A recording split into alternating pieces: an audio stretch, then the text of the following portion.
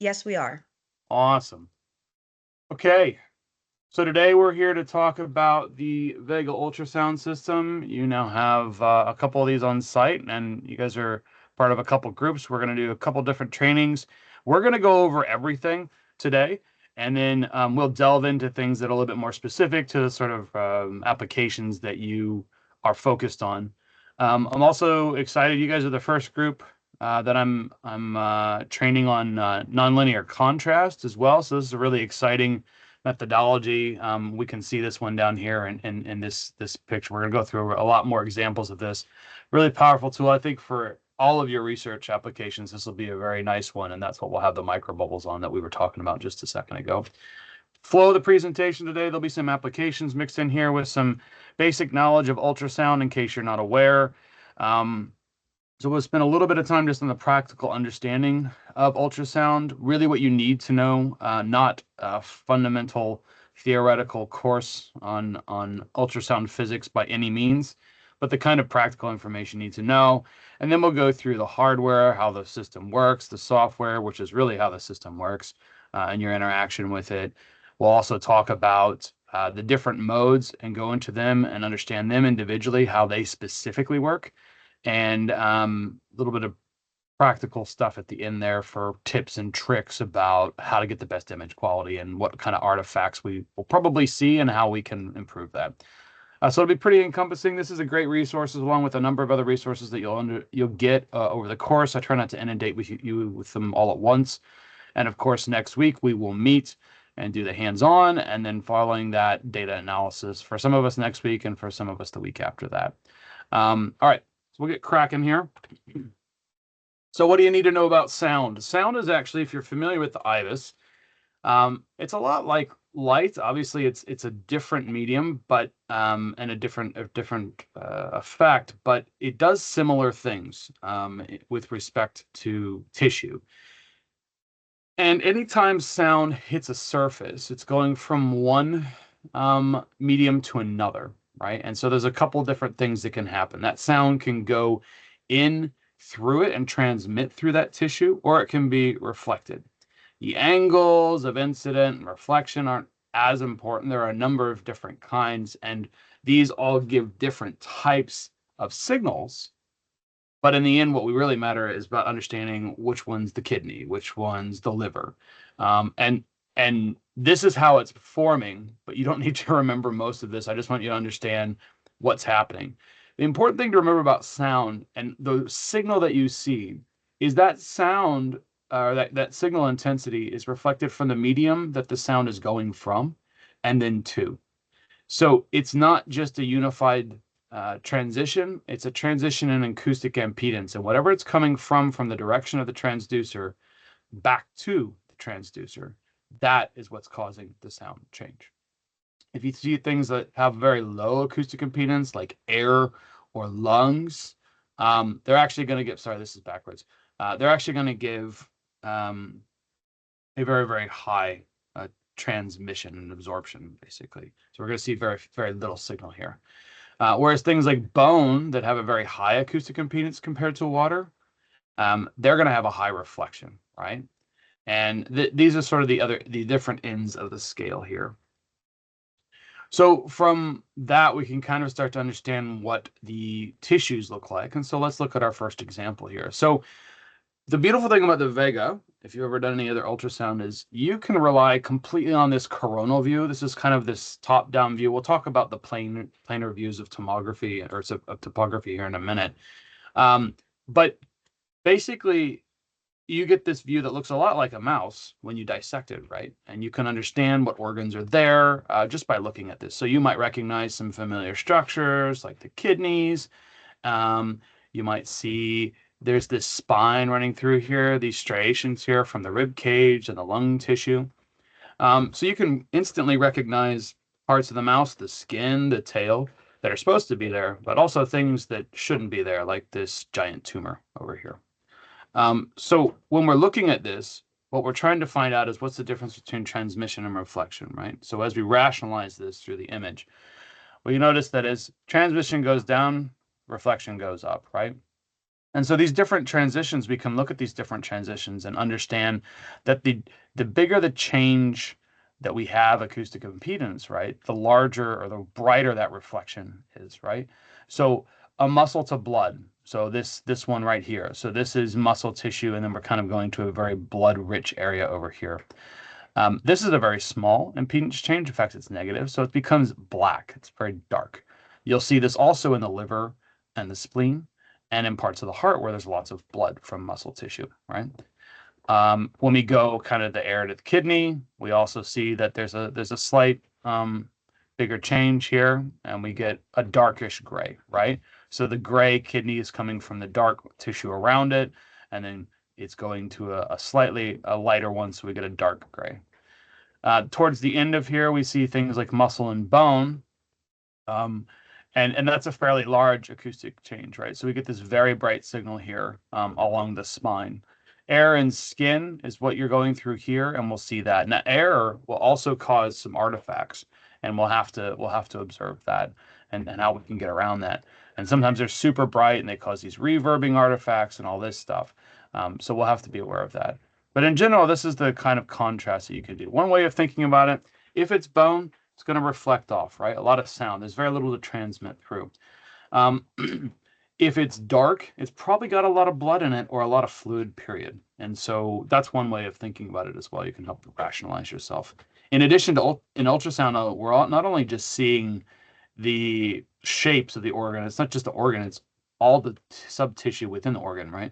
So we can start to make cortexes and medullas and things like that.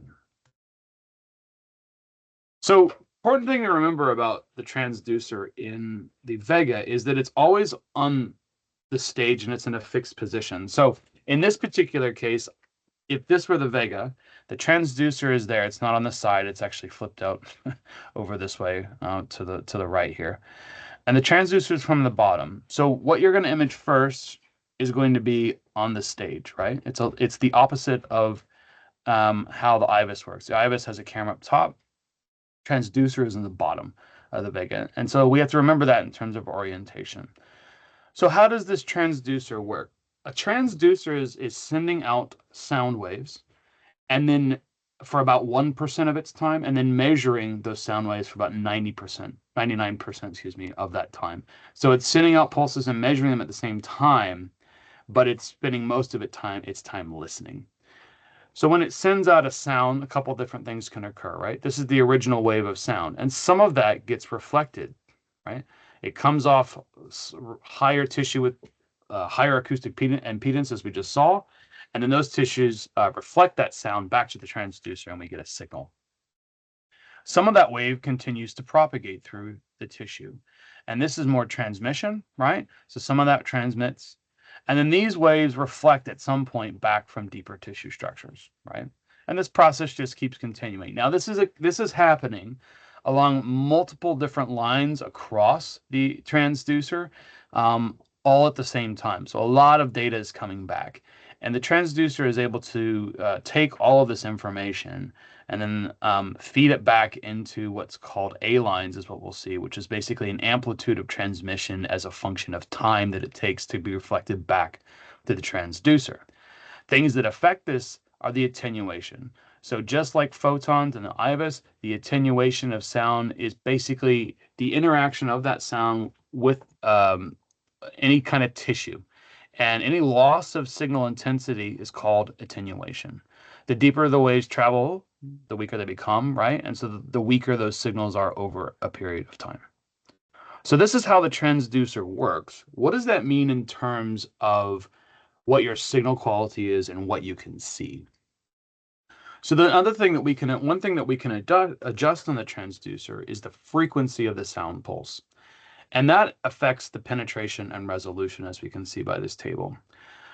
So you have a couple of different transducers to allow this process to occur with, and use the different elements and things like that on your transducer.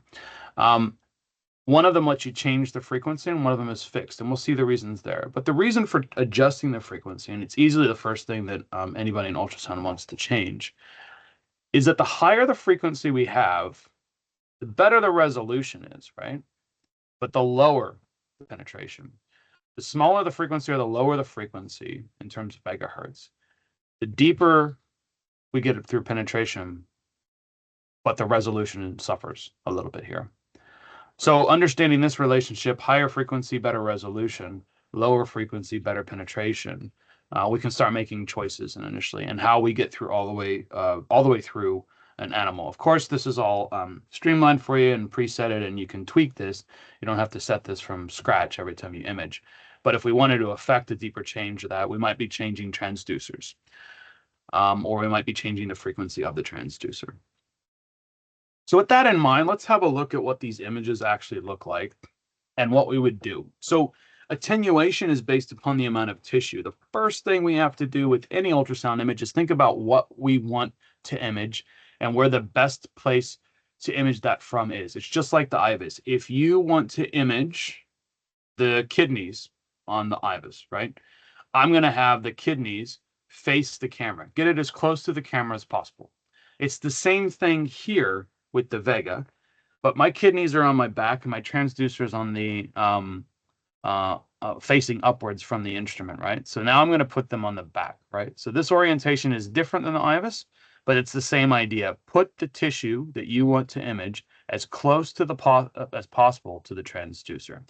So this is a nice little chart that can help you get started on some of the things. A lot of them here we see that we're using liver, kidneys. I know we have a slight interest maybe in spleen, and we're looking at cancer, things like prostate. There are different positions, or pancreas, right? There's different positions for all these. And this is actually available as in the Canvas course. I call it the lab pack. And what it is basically just a collection of slides that are useful for you to kind of get started if you don't know where to go and where to position. So for things like the heart, obviously we want that in the prone position, or as it's laying on the stage, we call that the dorsal position, but it's the ventral side that's being imaged. The image that we see here, it's the kidneys. So its position is in the supine, right? Or the ventral position as we're looking at it, right? So one thing to be sure is to talk about how the mouse is facing the transducer. That is the nomenclature that we most commonly use with respect to the positioning. So we would not say that, we would say that this mouse is in a supine, or is in a supine position, right? Because with respect to the transducer. Okay, so we're going to look at a couple different examples, but the nice part about this is once you have the image there, we can see everything at once. And we've seen this image before, but we're getting a full 3D tomographic view of this, and we can look at the different tissues in different planes, and we can also rotate this around to look at it in 3D. All right, more on that later. What can we do with the Vega? So there are 5 modes for the Vega. There is the B mode, which is where a lot of us are going to sit most of the time. This is great for measuring volumes, sizes, really anatomical based studies. We can also do what's called a 3D sequence. So it's 3D image with time, and that is called 4D imaging. Most commonly, this is used in the heart, but to measure cardiac output and things like that. But if there's a movement of something that you want to record, an organ functioning differently or an organ functioning normally, and it's moving, and you want to capture that as a movie, you can also use this feature. So anything of looking at tissue is B mode. M mode, I already talked a little bit about that, but this is cardiac function. We can do this in 4D, which is that 3D image with time, or we can do this in 2D, which is a 2D image in just time. This is looking at left ventricular function. We can look at heart wall thickness, cardiac output, heart rates, ejection fraction, stroke volumes, things like that. We can I'm also sorry, do can you, the M mode is in 3D and 4D, or? The M mode is in it's a 2-dimensional image with a time domain or a 3-dimensional image with a time domain. Okay. Yep. Thanks. Good question. Yep, absolutely. It's a good point though. Actually, everything here, ignoring the time domain, everything here is a static image in every single mode we can do on the Vega in 2 dimensions and 3 dimensions. So in each mode that you're seeing here, we can do that. Acoustic angiography and NLC are our contrast agents modes, and Acoustic angiography, as we'll see, they're slightly different, and they differ in how they interact with bubbles. We're going to use microbubbles as our contrast agent here, and we'll see how that works later. But essentially, acoustic angiography is going to tell you about blood vessel density and vessel size or morphology. It's really great for studying angiogenesis or effects of angiogenic treatment. Um, Nonlinear contrast is the new mode, and what it does is it still uses bubbles. It approaches its imaging a little bit differently, and it looks at organ boundaries or tumor boundaries specifically. One of the major applications is really understanding what a tumor, where the actual boundary of the tumor is. And then, of course, we can also, there's a time domain to this one too, and this is where things get really fun. And it's looking at organ function or perfusion rates. So we'll see how that works later, and that's a really powerful technique. And the last mode that I know a lot of you are already working on, and the major reason you guys have one in the first place is because of liver disease, and that's shear wave elastography. So this is everything to do with tissue stiffness, as we'll see. It is the metric that's used in clinics for understanding liver fibrosis, but it's also being extended now to a lot of different areas in preclinical research space. Kidney is a big one. General tissue stiffness to wherever. So I've had people, I know we have some other people looking at different types of fibrosis. We can do that. And then we can also look at tumors, and that's an interesting area as well. Some tumors, as they become stiffer, that stiffness predicts whether or not they may become metastatic. So that's an interesting area of study as well. So we mentioned as well that there's a number of transducers on the Vega, and you have two. You have a wobbler and a linear. And as you can see from the table below, this sort of lays out why you'd want to do it. Some of the modes and acoustic angiography uses wobbler. I need to add this here. And nonlinear contrast uses the linear. So that's the one mode that's missing here. There's a difference as to which one you're going to use, right? So wobblers can be used for the B mode. We'll see why it's called a wobbler here in just a minute.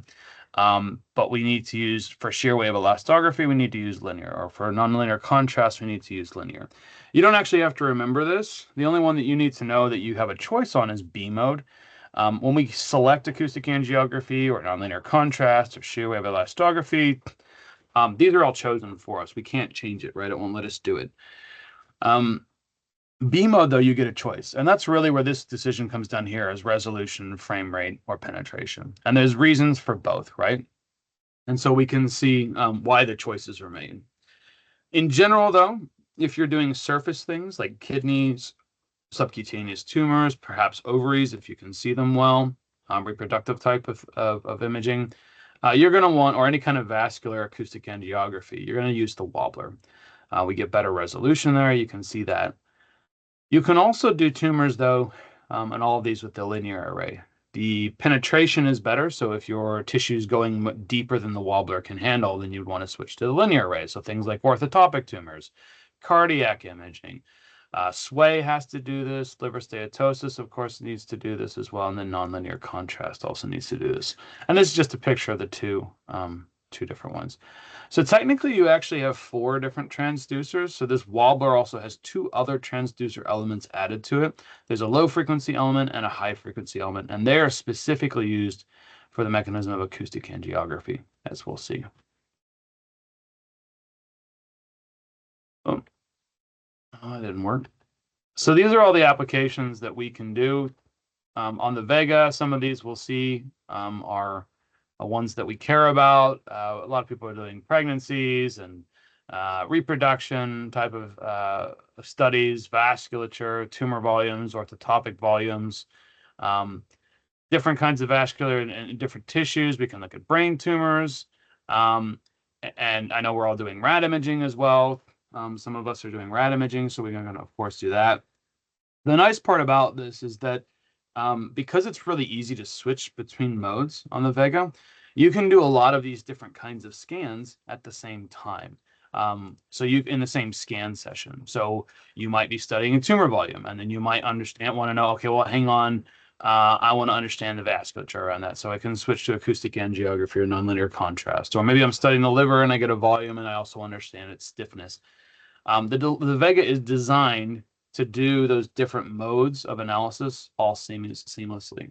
And as you'll see in the bottom right-hand corner, this was something that was released just the beginning of the year. We also have a new accessory that I'll tell you a little bit more about here in just a minute, called the VivoJect. And so now we can also do image-guided injections. So if you're injecting different tumor lines or cells or doing biopsies as well, it doesn't just have to be in for injections. Now we have a way for you to accurately do that with image guidance. And this can also be another application that you can feed into your total workflow there. Any questions so far?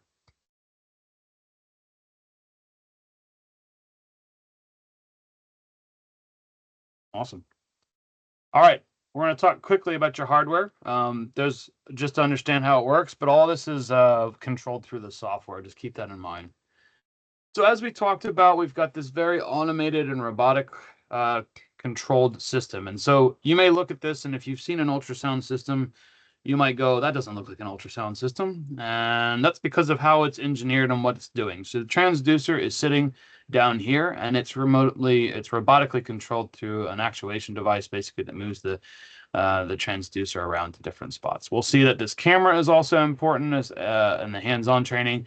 There's also a heating element in here that keeps the oil in the bath here. There's an oil down here that the transducer sits in. And then this heating keeps the mice warm as well. It's obviously got anesthesia, which isn't shown here. But that's about it. All you got to do is turn this thing on, and the rest is completely controlled by the computer. It's got 5 different imaging modes, those 2 transducers we talked about, and 3 bays. And we're going to go over scenarios of 1 versus 3, what your workflow situations might be for the Vega as we progress through.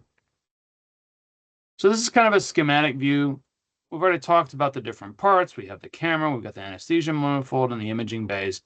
What I want you to pay attention mostly into in this slide is that there are 3 planes, and we call them the green, yellow, and red. The green is the coronal, the yellow is the sagittal, and the red is the axial. And if those orientations are not familiar with you, don't worry. We will continue to talk about them and learn them. It's how we split 3D into 2D planes. Makes it easier. Once you get used to that, that viewpoint, it makes it easier to figure out what you're seeing and how to navigate your data. So we're going to refer to these planes throughout the study. And this is how it's lined up, right? So if my mouse sits on this stage, I'm looking from the top down of the mouse, from the head down to the belly, for instance, if it's sitting on its stomach. That's the coronal view. From tail to head is my axial view, or the red slice. And then from side to side of that mouse is the sagittal, or the yellow slice. This is what the transducer array looks like and how it sits in the instrument. So it sits down here, and this is all immersed in a low acoustic impedance oil that doesn't affect the ultrasound. So you need some kind of medium. Remember, air is a really poor transducer or transduction material of sound. So we have to have a liquid. And so that liquid provides that material for the transducer. This is how this robotic assembly makes contact, effective ultrasound contact with the mouse. Atop of that is a membrane. And this is an acoustically low impedant membrane that has very little impact upon your signal. There are some applications where you have to be a little bit more careful with it, but it doesn't actually attenuate the sound significantly, which is the key. This allows us to put the mouse down with a little bit of water or gel and connect that path of sound from the transducer all the way through to the mouse without having any air. And as we'll see, we'll make different choices of it. But this is why this thing is shaped like a box, and it has a big giant vat of oil in there so that the transducer can move. And at any stage, this thing is able to make contact without any issues of air through that. There are 2 arrays, obviously, that we talked about. This is how they're situated on the array.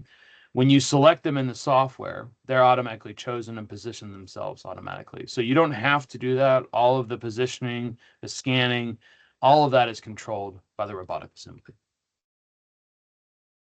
The wobbler is called the wobbler, just so you understand why it is. This is how it works. It moves back and forth across the animal and kind of mimics you as if you were holding the transducer. It has a wider sweep width, and it kind of comes out in a fan shape. And we'll see the effect of this in the image. But this is what the wobbler is doing. The linear array would do the same thing. It would be moving up and down just as this guy did before, but it would not be wobbling back and forth. It would be at a fixed width. And this is how the Vega goes through and does these different passes. It scans and it comes back and scans again and comes back and scans again for as many passes as is needed to get the image. So these passes are called scan paths and or passes in the software. And this is the general idea about how we're able to construct an image from the Vega. So if the mouse is sitting here, the transducer will move in the first path as wide as it can possibly scan. And then it'll come back. This is the blue line right here, so for the blue slices. And it takes an image at each one of these slices. So there's 6 example images here. And they're spaced however you want to space them. The closer the spacing, the better the resolution. The less the spacing, the poorer the resolution. So it takes the right amount of spacings to get the right resolution in the axial plane, right? And in the coronal plane here. And then how it generates an image is it's going to do this over the entire width of the animal. So the collection of the blue, the pink, and the salmon colored plates here, or frames, is basically going to be stitched all together and put into a 3-dimensional volume. The great news again for you, you don't have to worry about overlap. The software knows what to do. You don't have to worry about setting anything than just the number of the passes or the size of the scan region that you want to do. The software does the rest. You hit scan, it reconstructs the image, and you view it. That's all you have to do. Any questions about the Vega and how it works?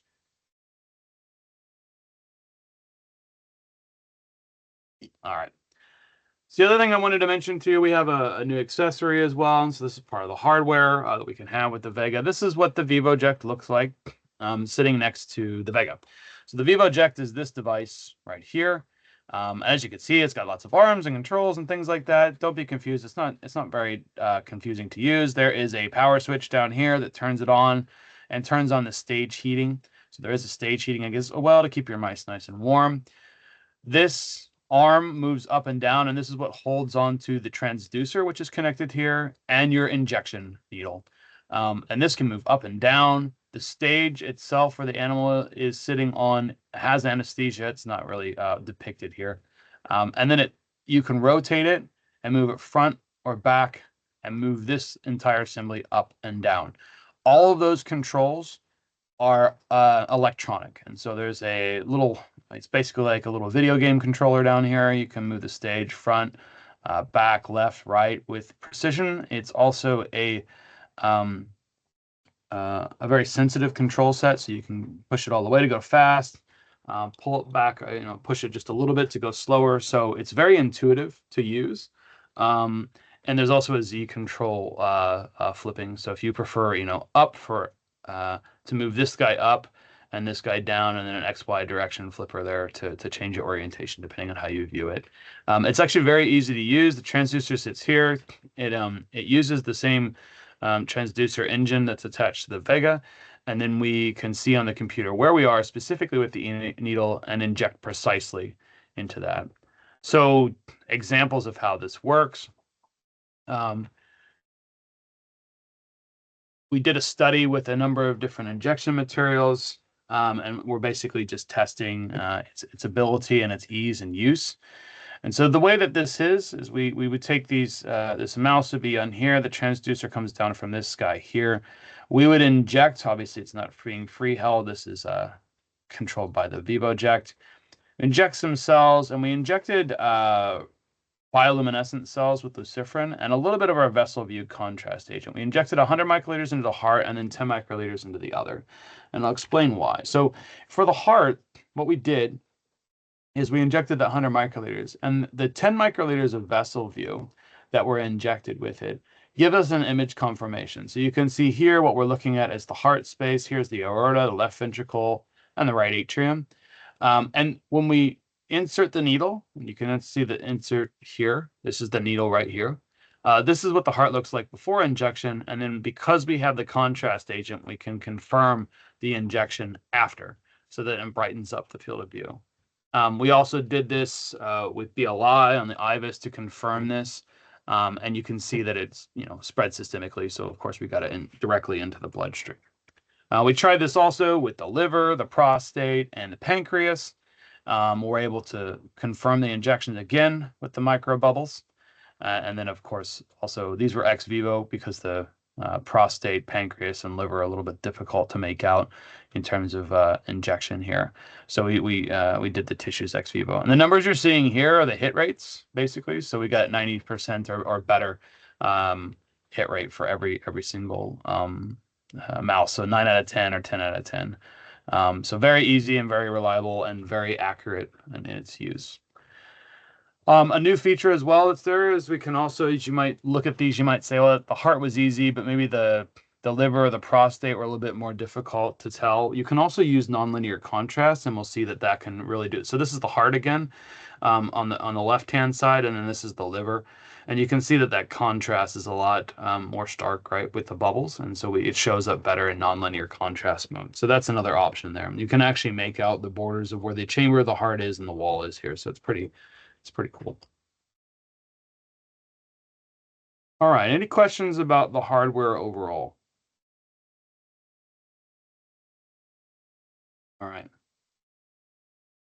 So the software for the Vega is called Sono EQ.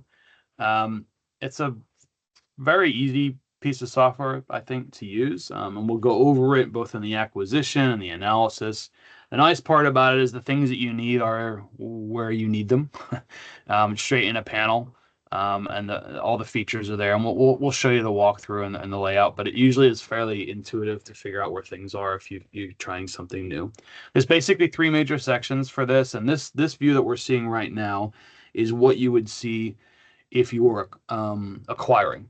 So there are two options here. There's analysis and acquisition. The acquisition is only available, obviously, on your Vega computer. Your analysis versions will have the button, but it'll be grayed out.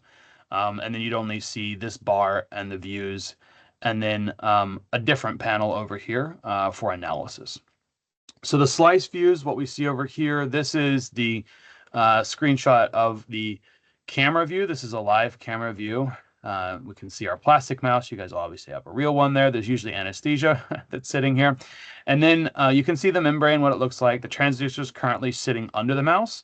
So what you also see, and I know it's difficult to read, but what this is saying is wobbler. So it tells you where the transducer is. And we'll see that the controls for this are very easy. You would just click a button and you can say, I want the transducer to go here. And you would click here and it would go right there. Or you can move it with finer controls with arrows as well. And that's not shown on this screen. It's below this panel. You're also seeing the live ultrasound view right here. And that is the axial slice that we're viewing. So you can see a live ultrasound view of whatever the transducer array is currently sitting under. And then the control panel is where we set up which mode we want to take and where we want our study directories to, where we want our study directory, where we save the files, how we want them saved, and the animal IDs and names and all that kind of stuff. Below that is where we set the scanning parameters. And then the positioning controls are further down here. So we'll go through all of that. When we change the different modes, there are different options, but most of these controls stay the same depending, or no matter what the mode are. You can always do 3D and 2D, as we'll see. So we'll go through that next week in more detail. To get Sono EQ started, I know a few of us were looking at having this installed for the training, and I definitely recommend that if you wanted to have a look at it together. When you install it, just make sure there's two choices. We were talking about this a bit earlier, but you basically have an analysis only or an acquisition and analysis version of the software, and you want to pick analysis only on your personal computer. It's this little icon. Look for that on your desktop after you install it. This is the splash screen, and then it'll load up the software. To do analysis, we click the analysis tab. To do acquisition, Vega computer only, we click the acquisition. And that also initializes the system, as we'll see tomorrow. All right, so this is what it looks like without everything. This is your setup. This is how you'd have things set up. You'd see the study name, the time point, the animal ID, and then off we would go, and we would hit acquire. So we'll go, this is where we'll sit next week in the hands-on training and understand all the ins and outs about this and how to acquire an image. We're going to start talking about the specific modes. Any questions about the software?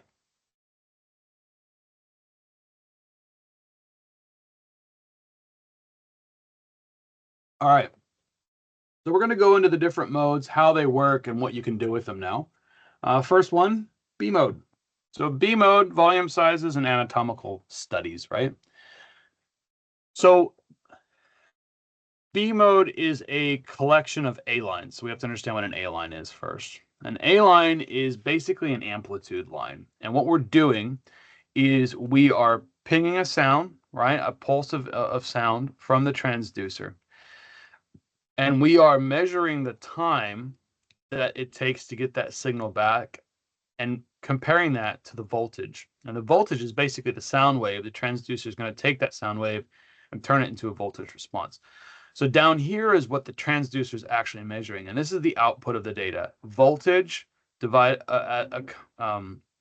correlated to time, right? So voltage is a function of time. We can use this function down here to calculate the distance, right? So we know the initial pulse. We know that sequence. The transducer actually detects its initial pulse, right? And then there's a gap.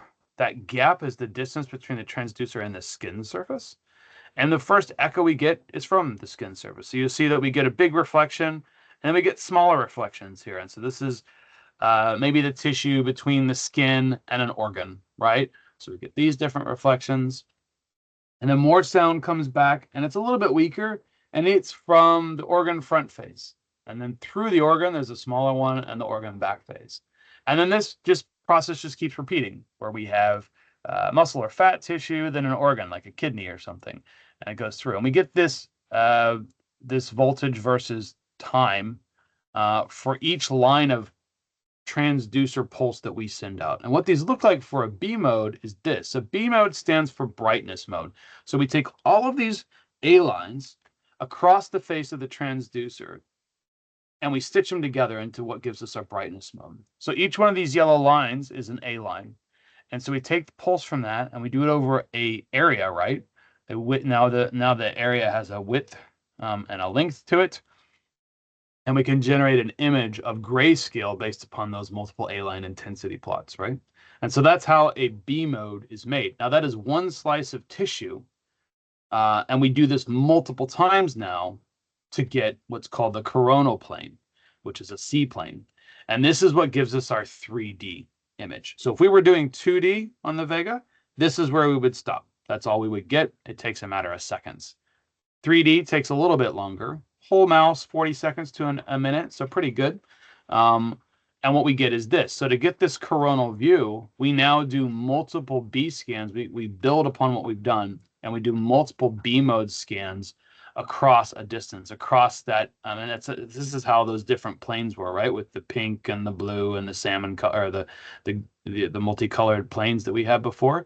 All of those are individual B mode scans, and we stitch them all together in the 3 dimensions to get our coronal. Now this is a lot to do. You don't have to know any of this. You just have to measure what you scan.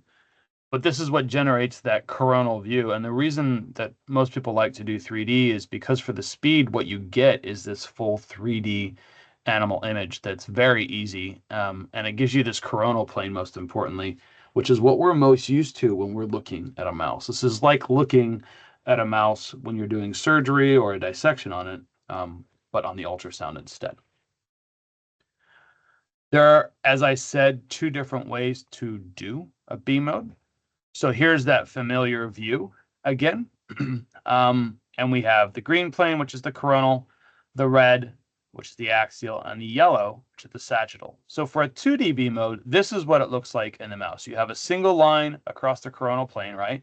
And we're imaging just this line, just this frame in the mouse. This is what the frame looks like in the axial position. And so when we take it, we get an axial and a lateral space domain for that. And this is called a static image, static 2D. So here's an example of a static 2D. We get kidneys and a slice, and this is all we see. There's no 3-dimensionality to it. This is the only image that we get. You can also do this in repetition over a period of time. So I can take this image, wait a second, take another, delay it, or do it rapidly over a course of time. And this is how we would do time domain images like the cardiac image that we'll visit again here in just a minute. So this is like a cross section, right? If we wanted to do 3D, what happens is we do that again, but we do it in all planes, as we talked about with the coronal plane. So now we're doing individual B mode lines or B mode images across the entire sagittal and coronal width, right? So we get this entire coverage of the mouse, and we can either get an axiolateral and elevation or Z direction, basically, for our static image. And we can also do this with time. So we can also take each one of these three different three-dimensional images over a course of time to get the movement of a heart, for example.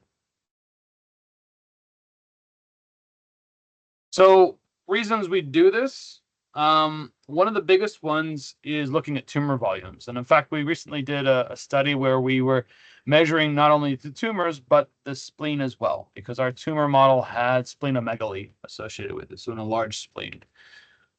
So in this study, we looked at 3D B mode, and this is an example of this. We were able to image out these tumors.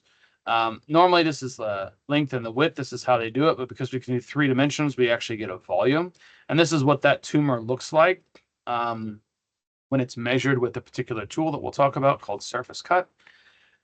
We also measured the spleens, and what we saw was that not only did the tumor volume increase, but there was an immune response due to that spleen being there, and the spleen also increased. And so here you see the different spleen volumes correlated with the different tumor volumes. And you can see that there's a direct correlation, a very strong correlation with our splenomegaly versus our tumor volume. This is like many of this stuff that I'm going to show today. This is all available for you to look at the full poster. I'm just showing you snapshots. But if any of this strikes your interest, let me know, and I'll be happy to give you more information on these. So that's a quick and easy way to apply B mode. Just two different volumes that we're comparing to understand immune effect with our tumor growth. This is a subcut tumor. So more interestingly, obviously, we're looking at things like orthotopic tumors. So this study was a comparison of a pancreatic of ultrasound with MRI and a pancreatic tumor model. And Juan, the guy that did this, he's really good at ultrasound, but was not able prior to day 14 or even prior to really I think it was day 21, really notice where the pancreatic tumor is. So for reference, when we do pancreatic tumors, we're looking for the kidney and the spleen, and it's the pocket in that kind of corner between those two. And in a healthy pancreas, you won't be able to see this. Even in MRI, it's difficult to find. So what he did, and this is the approach that most orthotopic models do use, is he scanned it over the course of the entire time. So by day 35, this thing was pretty big, 342 cubic millimeters. And he found it on day 21, actually, I believe. And he could see that tumor, right? So we can see that tumor where the red arrow is pointing. And he used that to backtrack as far as he could go. And we're showing 4 time points here to do that. So that's the method that we use. We actually will keep studying the mouse. The nice part about the Vega that lets us do this, though, is we don't have to be super precise on where we scan. We can scan this general region in 3D reproducibly, and then come back and look at our images after they're all there to see if we can tell more of the story. And sometimes this is the approach. We, of course, compare this to MRI in this study, and as you can see, they had similar volumes or statistically comparable volumes at those time points. So you're still getting super accurate tumor volumes, even in an orthotopic one. So it's really useful for this, and I know this is one of the interests of applications. Okay, any questions on B mode? We're going to take a little breather here and do some fun interactive quizzing. All right. We looked at that anatomy guide, right? So now we're gonna see how we go here. This is an image of a mouse on the Vega in the prone position. So as we're looking through, just as a reminder, as we're looking through the screen, pretend that you are the transducer, right? So this is how we're viewing it. All right, so the stomach is there. This is the orientation of the mouse, right? So the mouse is on its stomach, flat on the bench, or on the bay. And the left side is on your left-hand side of your screen then, and the right side of the mouse is on your right-hand side of the screen. So, and if the axial view help you as well, this is the orientation of the mouse with respect to those planes. So what's this? The bladder, right? It is spot on. What about this?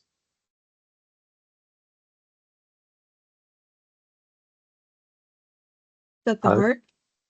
Sorry, say that part again. Say it again. The heart? Yes, good job. Now I know that a lot of us will know here. So what's this giant black thing? Liver. There we go. Bingo. All right. That one's really easy to see, right? The spleen can be easy to see too, as we'll see in another view. And then what's this guy right here? Stomach. Stomach. Bingo. All right. These are great anchors, right? I usually find the bladder. It's the most obvious thing in the body. It's just this perfect black circle in a coronal plane, and it's really easy. So you can use these to kind of guide where you're viewing if you're trying to find something a little bit trickier, right? Another thing to notice from this image is, oh, sorry, was there a question? Yeah, so I'm wondering like if if you're prepping these animals ahead of time, like likely do they urinate so the bladder deflates a little bit? I mean it's nice to use as like a landmark, but Yeah. is it common to see the bladder enlarged like that So this or one is filled? fairly big. I've seen bigger, actually.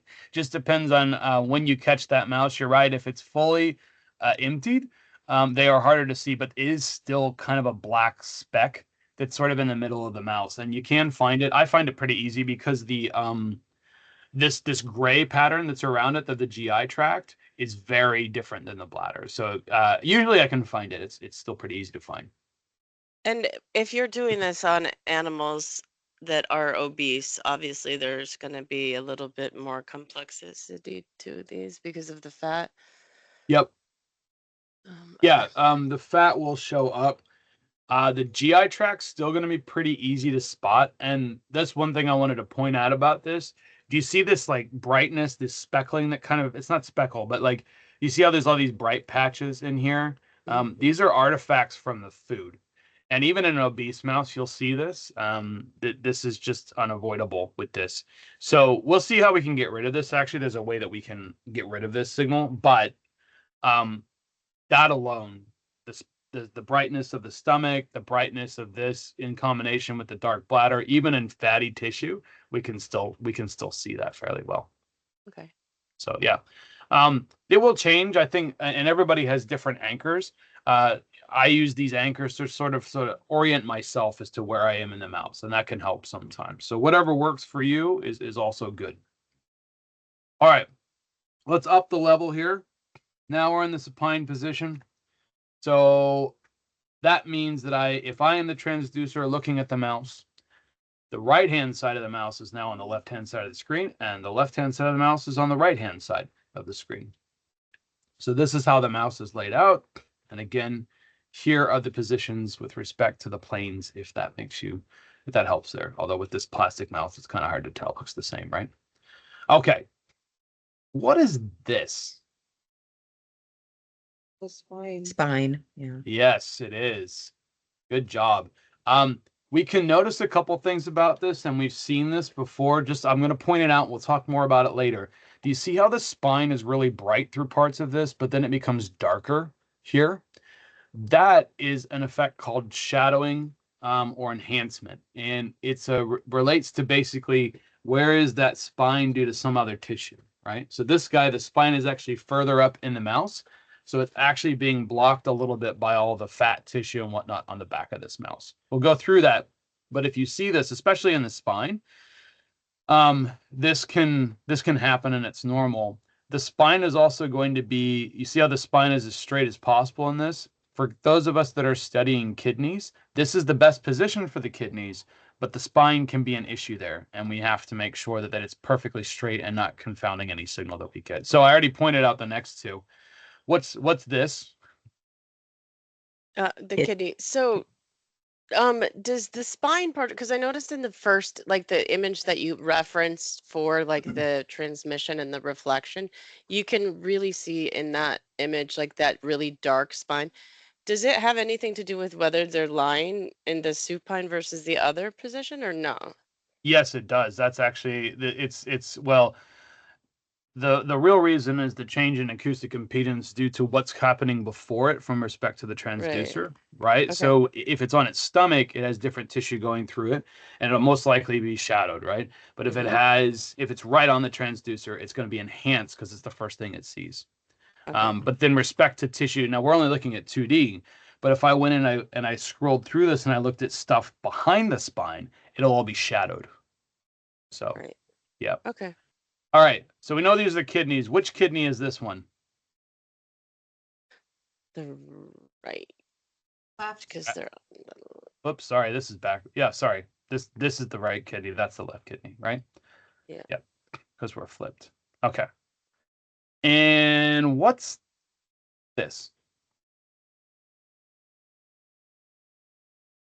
Some air pouch out of Stomach? It's very bright. That's right, Bobby. It's the stomach actually. An air Oh. packet. Good call though. An air packet would actually be dark. We'll see one of those in just a second. So it's shifted up a bit. All right. And that guy is the yeah. spleen. Why is the stomach up there? One of the people in our where is he? No, Sorry? he was like, why is the stomach way up there? Is it pushed kind of up there to make the imaging for the kidneys a little easier? I think it's because they've squished out the mouse a little bit to flatten it out a bit. They I may have see. used a little bit of tape. It's a good spot. Normally it wouldn't be that high, right? It's kind of Yeah. squished up. So it really does depend on how the mouse is positioned, right? And so the spleen is a little bit higher than you'd think it would be too, right? And so it's sitting here. The spleen can be a tricky one, especially when it's heavy. Or sorry, it's healthy, excuse me. When it gets bigger, when it gets heavier, it's actually easier to image. But because it's small and stiff, it can move around a bit. But it has the same contrast as the liver. So we are able to see a very easy signal for the spleen if we can match it compared to something else like the kidney or the stomach or something. So if you have something like, I mean, with the organs, like if you're having like internal, blood flow going to some specific, I don't know, tumor or something like that, and you see some of the organs lack the blood flow, like they're gonna change color, right? Like the spleen. Um, Let's say it's just being. Do you y- understand my question? so No. you mean is this going to change with blood flow in it? Yeah, because if it's filled with blood, right, it'll be Yes, it will. darker. Yeah, absolutely. The spleen can do that a little bit. I've seen it. It doesn't do it as much as the liver does, though. Okay. And it's just because I think the degree of vascularity change and then what fat tissue affects that acoustic impedance on that. It would be cool to like perfuse them and watch all the organs change as you did it. I agree. That would be cool. We should do that. We've done some of these for some of the tissues, but we haven't looked at spleen yet. So, but yeah, I don't watch the space, or if you do something, let us know. We'd be happy to work with you on that. We have done full body vasculature for acoustic angiography, but we haven't done it for nonlinear contrast, which is more what you're referring to there. So, yeah, it would be interesting. Okay. Zach, can I ask a question before you move on? Yeah, sure. I mean, we found the kidney, we found the spleen. Is that thing not the pancreas for our own knowledge? That's just below that? You mean this thing? Yeah. Probably. Probably. But it's very difficult to be sure. We can see it a little bit more clearly if we were to do some sort of like maybe NLC or bubble contrast or even a closer look. But it probably, yeah, it's roughly in this region. It's certainly shaped like it as well. And Zach, can I ask one more question before we leave this picture? You guys can ask as many questions as you want to. That's perfect. Yep. So, going back to the spine you had mentioned before and how there are dark spots when you go further up the spine in this image. So you said that's due to fat. So that means that fat transmits sound a lot, and that's why it looks dark. At least Yeah, comparatively, there's probably more just fat or other tissue between there. Connect, some fat or muscle tissue there. It's just that the spine itself is lower, so it looks dimmer. Its spine is still really reflective, but it's now got a loss of sound before there's a loss of sound before it hits the spine. And that just is because as so the nose cone is up here, right? And so Right. the neck kind of the way the mouse is sitting, its back is propped up a little bit, chest is a bit higher. So it's got a little bit more of that tissue. It's not aligned straight on the membrane like this part is here. I see. Okay. Yeah. Does that make sense? Okay. Yes, it does. Okay. Gotcha. All right. Any other questions on this one? We're gonna go to the next level. The next level is the side. So now we are looking at the right side of the mouse. So if we were looking on the Vega, we would be looking down on the left side of the mouse. So this is how it's positioned. And we're looking up. I'm not going to put the orientation views. It just confuses things here. I think we could probably see a couple things here. Obviously, we're limited as to what we can see. This is the easy one. I'm going to give you this. This is the GI tract or whatever portions of it we can make. What's this one? Liver again? Bingo, bingo. What's this? Kidney. Which one? Left kidney? The right kidney. Correct, the right, because we're Oh. looking up through the right-hand side. This is where things Oh. get trickier, right? So when we're on the side, we gotta think a little bit differently here. All right.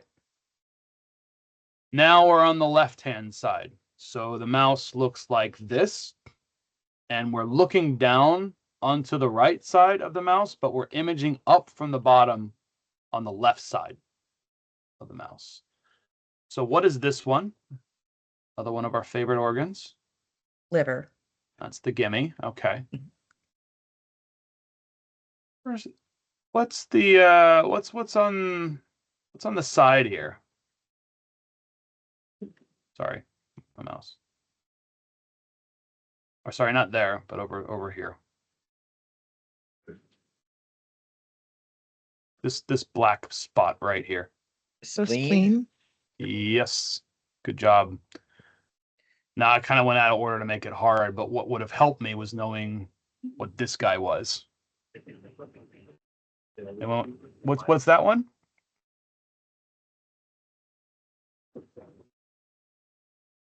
The stomach. Yes. Mm. Good job. Okay, and then this one, I think we know what it is, but which one? Left kidney? Bingo. Now we're getting it. Yeah, it's good. Okay. So what's this?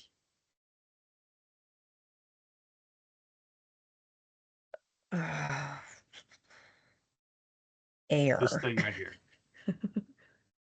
Air. Good job. It is. A lot of people say it's a tumor, and it looked like it could be a tumor. If you're not expecting a tumor in your mouse, then what I would do, we'll see that repositioning the mouse. If you see this is gut area, right? And this is a gas pocket from the gut. This is what this was. The only way to really confirm that is to kind of move the mouse around again, or if you image it again and you don't see it, then it was air, right? But if that's persistent and the borders become more refined, it's probably fluid-filled something, right? So I've seen one where we couldn't find the kidney. I was actually at a training yesterday. We could not find the kidney, and there was this giant black spot, and it was actually what was left of the kidney. It had become very fluid-filled. It was part of the model, and they weren't expecting it. It was a fluke that we found it. But it could be both, right? So you kind of have to kind of reposition it and check. In this particular case, this was a healthy mouse, young. It was just a gas pocket. So if they've had surgery or, something like that, or have telemetry in them, do you have Yep. any images of that kind of those models coming up? From surgery, mice with surgery. No, I don't have any of those with me Like right now. I like can a try to find BDL or some. something? Yeah. Yeah. The biggest things that cause signal miscommunication there are like these kinds of artifacts, scarring from the actual suture. So we just want to try to avoid that area, especially until it heals. Any kind of, if there's obviously whatever you might have injected or done surgery to, whatever's growing there, if something's growing there, of course that will have the impact of the signal. but we can try to use the image from different sides. So maybe you did the surgery on the side of the mouse, and then you're imaging from the stomach. That can help, that kind of thing. But just the sutures and the scarring usually can cause some artifacts from that. Interesting. Okay. Yep. And Zach, you said there's not really a way to tell the difference between an air pocket versus a fluid-filled sac because I know for us liver folks, ascites would be something. If we could see that with the Vega, would be very interesting.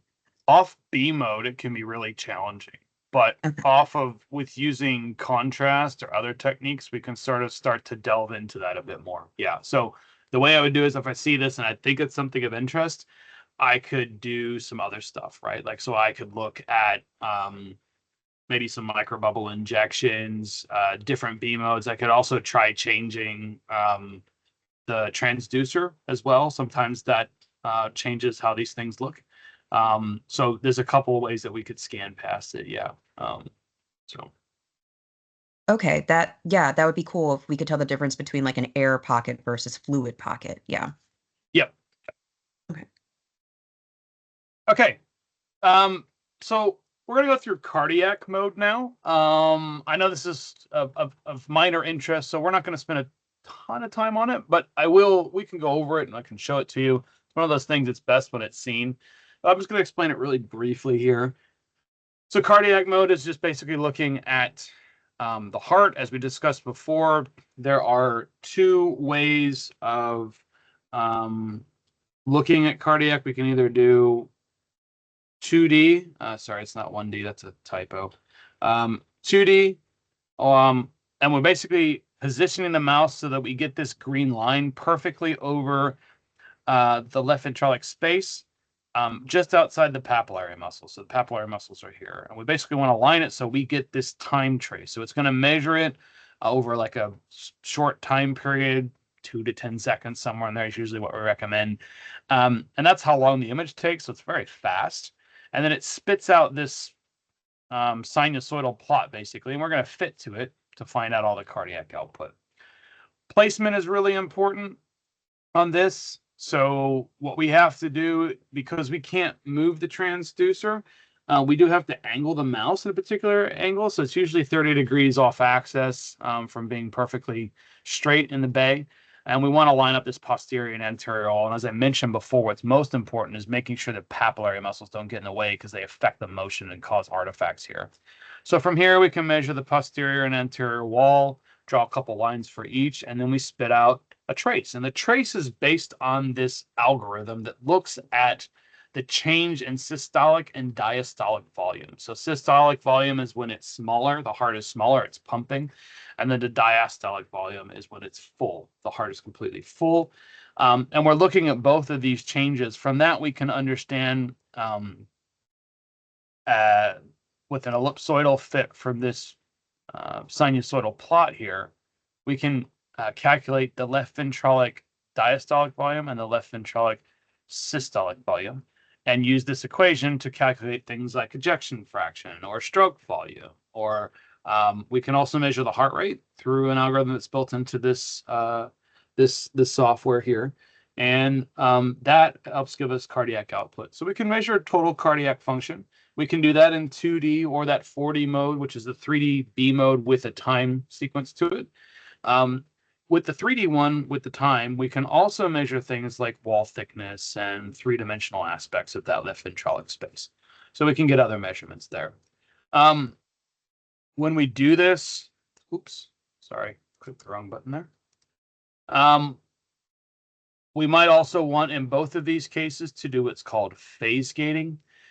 Phase gating lets us sort out the frames and remove the breath artifacts. So it's going to basically upsample the data and give us better quality data. Briefly, how this works is we're going to take a bunch of different images and the software can recognize where, by going through the different images, excuse me, where these different points fit on the systolic or diastolic line, and it'll throw out the outliers. It does this iteratively over and over and over again, excluding the breathing artifacts where there's changes that are outside this line, essentially. So if it doesn't fit to this curve, they're excluded. And we get just this line. And this this sinusoidal curve gives us our diastolic and systolic volume, which gives us this 3D movie. We'll see that there are some requirements, of course, to get good values. We need greater than 500 hertz for good measurement, but it's relatively easy to set. A lot of this is dependent on your anesthesia rates. We can talk about that as well. Applications from this. This is actually a heart rate from one of the fetuses in a pup colony here inside the mom. We can actually measure that, get heart rates, ejection fractions, things like that, to measure cardiac output. We tested this a while ago, actually, and did a study a couple of years ago. Oh, sorry, actually, this was last year, where we tested the cardiotoxicity of 5-fluorouracil on a tumor model. And so we, of course, measured the tumor response, but we also wanted to understand what the effect of 5-HU, which is a known cardiotoxic drug, had on the effect of the cardiac output of the heart. We actually did this in ultrasound and CT. I'm just going to show you the ultrasound results here. What happened there? So we had tumor growth, right? 5-fluorouracil caused a significant change in tumors. No big surprise there. But when we assessed the cardiac output, we also found that pre-treatment to day 7, the the volumes were significantly different from the 5-fluorouracil. So this being a mouse that wasn't treated with the cardiotox treatment, and then this one being the one that was treated with it, we saw a significant difference in the cardiac function here. So a much lower systolic volume, which gave a significant change in the stroke volume and overall cardiac output of the mouse. So, oops, that's just for the tumor volume. So even though the treatment occurred better, the total, I guess, efficacy of the treatment with the cardiac toxicity was also affected. So this is a nice example, I think, to show how you can measure 2 parameters across your study to really understand total efficacy of a treatment in a model here. We obviously used BLI here as well for that. Any questions on cardiac?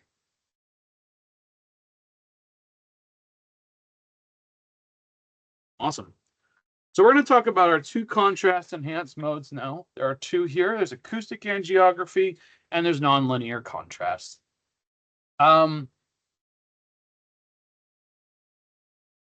The difference between these 2, they both use bubbles, but essentially the difference, in addition to what we can measure with them, is how the bubbles are used in each one.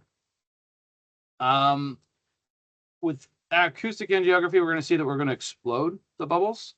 And with nonlinear, we're not going to affect the bubbles at all in terms of popping them. So how does this work? So our vessel view is our microbubble reagent that we use. We use what's called a P formulation, short for polydispersed. We have a good small mean diameter. They're around, sorry, there's a typo in this one. They're around 10 micron in size, 5 to 10 micron in size. So the key aspect there is that they don't extravasate from the bloodstream. What that means is that you're only imaging the vasculature. So those bubbles do that same thing no matter if they're in acoustic angiography or NLC. So the circulation time is 2 to 5 minutes. With the dose that we do, you can actually push out imaging to sort of 10 minutes, which lets you do 2 acoustic angiography. This is off of a bolus injection.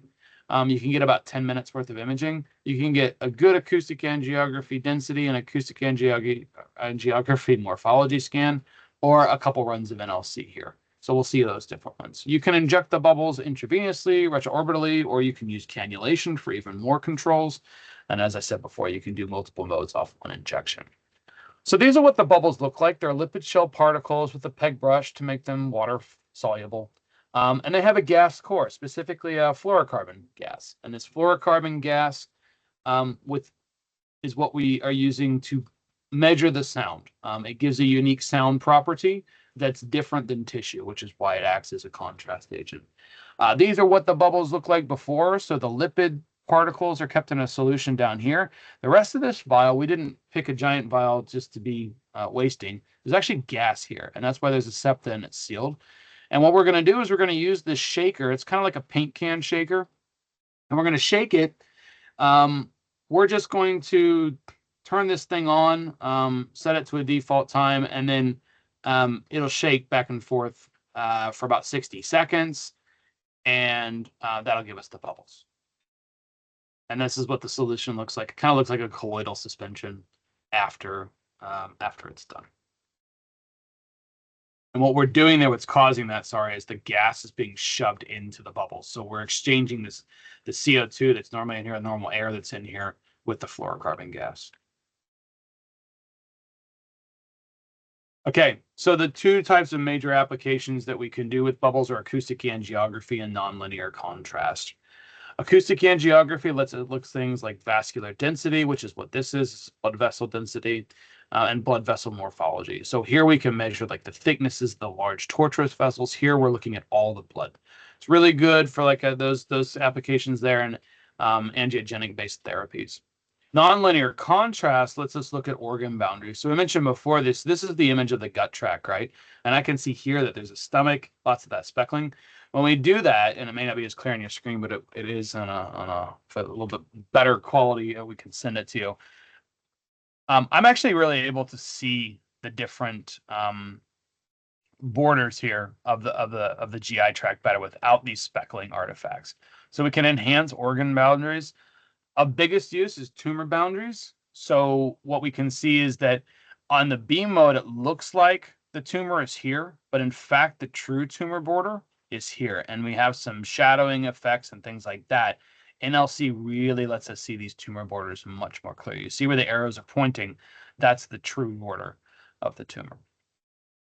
And as I mentioned before, we can also do perfusion rates. We'll discuss this. And image-guided injection, it really enhances that. Okay, so we're going to jump into a couple of different examples here. Before we do that, just a quick understanding of the differences about how they work. NLC is done with the linear array. Acoustic angiography is done with the wobbler array. The wobbler has two elements on there.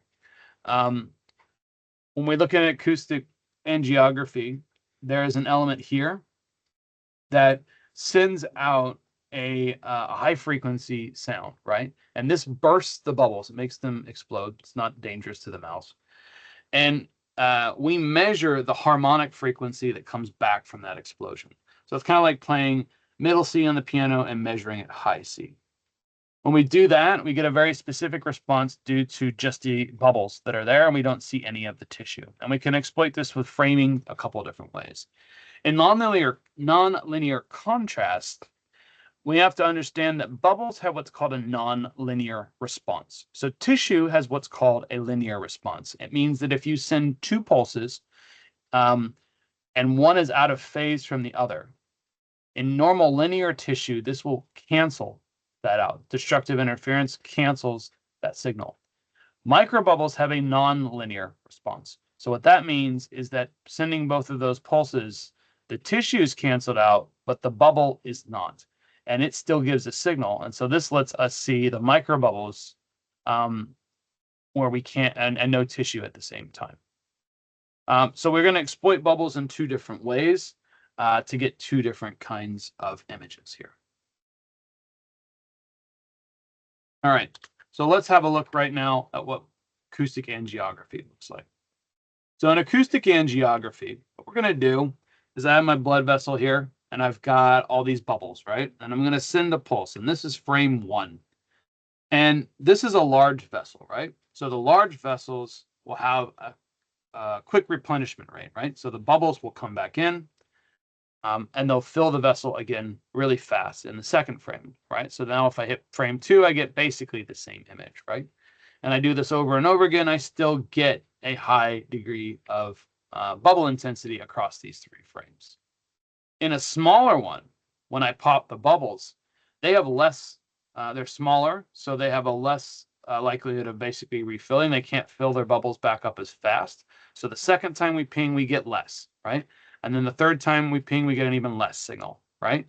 So because there's a change in the intensity of the microbubbles, we can exploit this and look at 2 different types of imaging. So density, what we're going to do is we're going to give plenty of time for all of the vessels, large or small, to replenish their microbubbles, and we'll be able to see everything, right?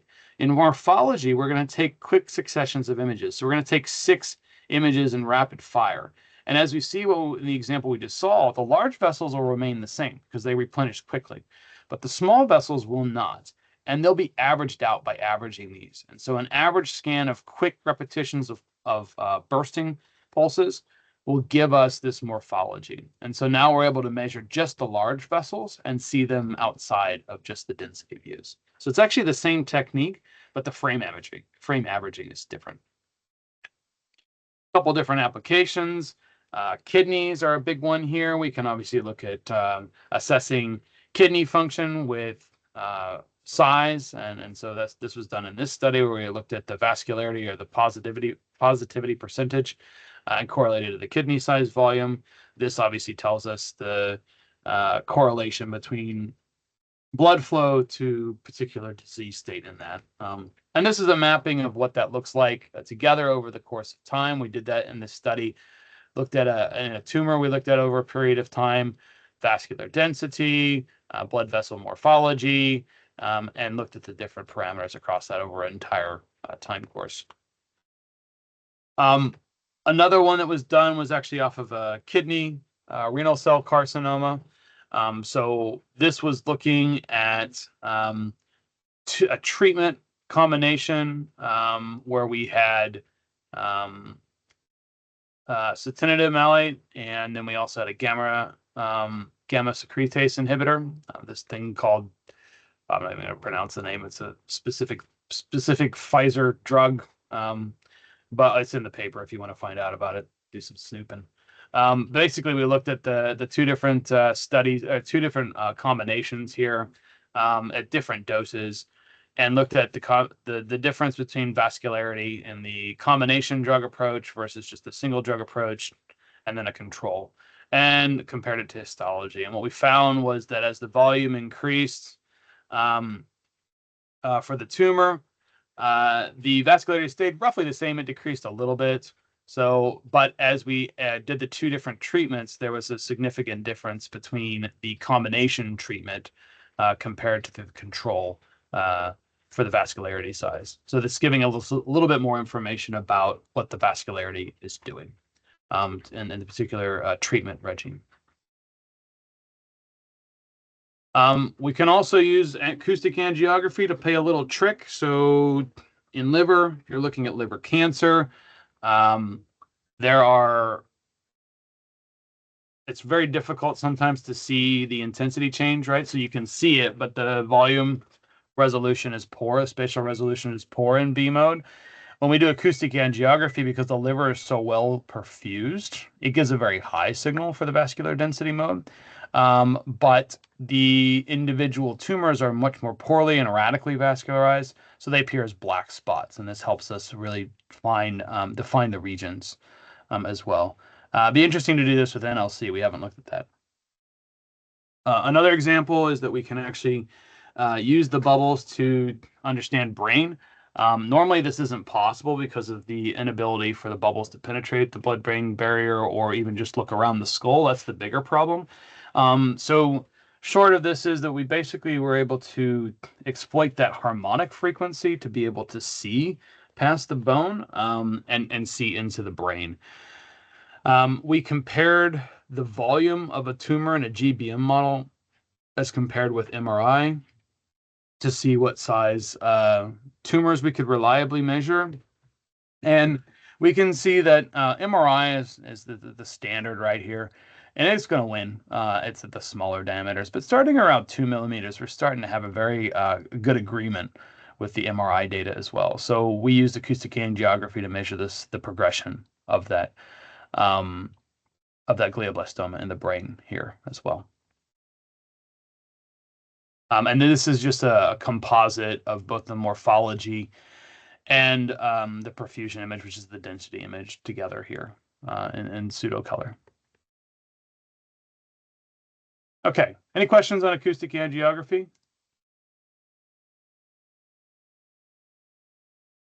All right, nonlinear contrast as mentioned, works with the bubbles with the nonlinear response. So in a normal B mode, if we look at this transducer image again, we see that if we send out a single pulse, no flipping, just a single transmitted pulse, and we do this this wave through the tissue here, we get back a response, right? So we get that single reflected wave coming back, and we get our image, right? And this is what our B mode looks like. This little kidney is segmented there. So what we get is what we get back, obviously with the changes in sound as we've already talked about. In NLC, we're going to send two pulses. So we're going to send this positive and this one that's inverted or 180 degrees out of phase. So with tissue, we get a linear response, and we see that. We send a pulse of this original wave. But when we send the second wave, they cancel each other out. And so we don't get a response back to the transducer, and we get no signal. And this is our image, right? With microbubbles, we inject the bubbles, right? And now it's looking at the bubbles instead of the tissue. And when we have a wave interrogating through, and both waves, because it's a nonlinear response, we actually do receive signals back from the bubbles. And so we can see the bubbles, but not see the tissue. It's important to note that both of these things are happening simultaneously, and we are getting both of these pulse echoes at the same time. But our final image looks like this because we don't get a tissue response. Okay. So when I acquire an NLC scan, the first thing I need to do is scout it. So we'll use B mode to kind of orient where we want to scan. The acquisitions are time domain, so they're going to take a little bit more time. So we'll see that we want to shrink that scan. We're going to refine the area that we want to scan, particularly. And then we're going to inject our bubbles. We can do this a bolus or through a cannulation infusion. We're going to choose our mode. You'll see that there's a way to do NLC both on the Vega as anatomical or replenishment on both the Vega and the VivaJect. So you can do that. And then we're going to scan. And we can scan in both 2 dimensions and 3 dimensions here. So we can get this final one here. We can look at the images both in 2 dimensions or 3 dimensions and then assess the replenishment mode with the tools that we have built into the software. So how do we do the analysis? So when we do the analysis, the first thing we're going to do is segment our tissue like we saw there before. So we're going to use the same sort of tools that we have for all of our other images. And once we've segmented that, we have to enable, this is for a replenishment scan. We have to enable a special view. So we're going to hit the red plot, and this generates a plot, right? So as soon as I do this ROI, this data is generated. I don't actually have to click anything. It's just automatic. And what we see is we're going to get this blue curve, and this is the trace, and you'll see these peaks here. Sorry, I got to turn my pointer back on. These peaks are the breathing artifacts, right? The red line is the filtered data. So this is with the breathing artifacts removed using the phase gating. And then the black line that we see here is the fit. So with good fits or not so good fits are dependent on the homogeneous of tissue, which we'll see in just a minute, but we get a number of different readings from this. So we can quantify. In an anatomical image, we're just going to check the percent positivity. But in a replenishment, we can look at the counts and the time from this. So this is all fit to this equation. This line is fit to this standard exponential equation. And what it means is A is for amplitude. And it's the amplitude of the curve fit. So the highest peak value here. A high count or a high A means a high vessel density, and a low A means a low vessel density. So this is similar to anatomical, but we're going to do one more thing here in anatomical to get the percent positivity there. This is a good measure, but honestly, it's not the real thing that you would be doing this for. What you really want is the replenishment or perfusion time. And there's a number of different ways to measure that. And as I said, it really makes a difference. We give you all 3. A lot of this is based on literature precedents and what people expect. So we give you all 3, and you would report the one that makes the most sense. So B is the time that it takes for the bubbles to replenish. And so this is basically the measure of the slope of this curve. And A fast B or a high B is a fast replenishment time, and a low B is a slow replenishment time. These are good for things like kidneys, where the tissue is fairly homogeneous and you're maybe segmenting specific regions. So in the kidney, if you did the medulla and the cortex separately, right, this would be a good fit for that. For things that are not so homogeneous, so if you're doing the kidney as a whole, maybe you can't make out the medulla and the cortex separately, or you're doing a tumor, and there's a poor curve fit, then we're going to use what's called the replenishment time, which is basically the time taken to reach 80% of the amplitude. So roughly there, right here, right along this curve. So in the initial slope. And then some people want the time to peak. So they want basically how long it takes to get to the 100% of the counts value, which is somewhere over here, right? So all of those are taken. It's honestly, I think for you guys, it'll be somewhere between B for kidneys and then replenishment time for tumors here. And you can export all of these and look at the relationships, of course, of all of them to make your own assessments. But we give you these times. The great part is that you just have to draw this segmentation and then it spits out the data for you. And we'll see how we export the curves there. Okay. Any questions about how an NLC works?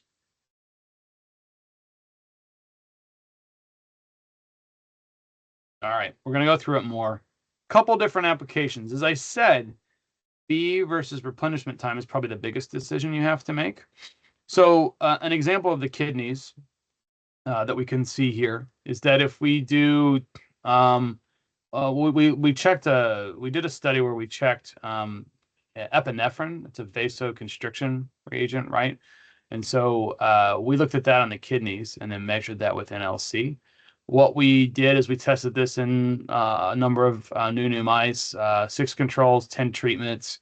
We looked at epinephrine doses of about 5 micrograms effective dose in a bolus injection, and then imaged over a course of time. And so this is just a snapshot of those results. We did pre and post treatment for NLC to get a baseline. And the images that you're seeing over here are a reflection of this different part of the time course, but this is going to show as a video here. So let me show that. And so we'll see in the top here, we have the pre-treatment. This is the normal sort of pattern that we expect to see for the kidney. And after epinephrine was applied, we see that uptake and replenishment rate is slower. Let's play that again for you here. So we can see that this is very quickly, right? And then this takes a lot more time. And we, of course, plotted this and looked at what's called the relative perfusion rate for kidneys. And there's a lot of variance, which you can see, but the overall response was notably different. It's about 68% for epinephrine and about 100-ish% plus or minus a degree of error, about 11%, 110 for that. So, as effective as they should be. And statistically, this matches with literature values, even though there's widespread difference here. What we also notice when we look at the t-test p-values here, just to show you why you'd want to use one versus the other, is that for the kidney, it actually works best to use that B, right? We see the best p-value for that. So statistically, the B rate matches better. For heterogeneous tissues like tumors, where we really can't tell this stuff, what we see is that it's a little bit different. So to test this, what we wanted to look at was a different model, 4 T1 tumors and some female mice.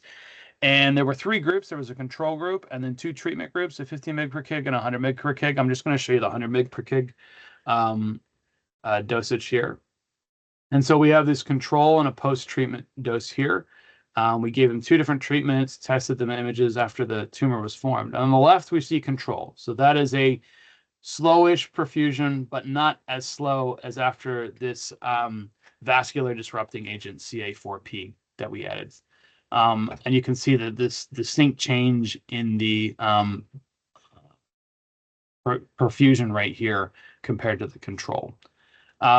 What's also important to note is that there was a significant difference, as we can see. 21 seconds is the measurement for this guy, and 9 seconds is the one for this. What we can also see, though, is both agreed fairly well, but the replenishment time was the best statistic with the lowest p-value. So really, really good statistics and changes on this just between the control and post-treatment. May I ask a question Yeah. when you're done with this. Go ahead. You No, can I'm finish done. your. I'm done. Okay.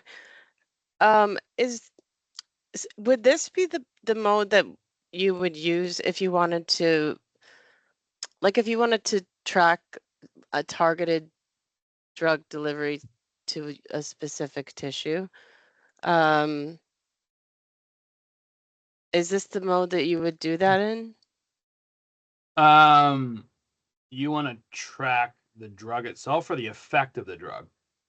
I wanna be able to track the drug itself to, let's say, like specific receptors in a specific tissue. Okay, so what we need there is a reporter because there's no way to Right. detect that. Like if So we you'd had want, all that, like if we had a reporter flag tag something or other, whatever it was. yeah, If so yes, you can engineer. What you'd need then is a targeted microbubble, right?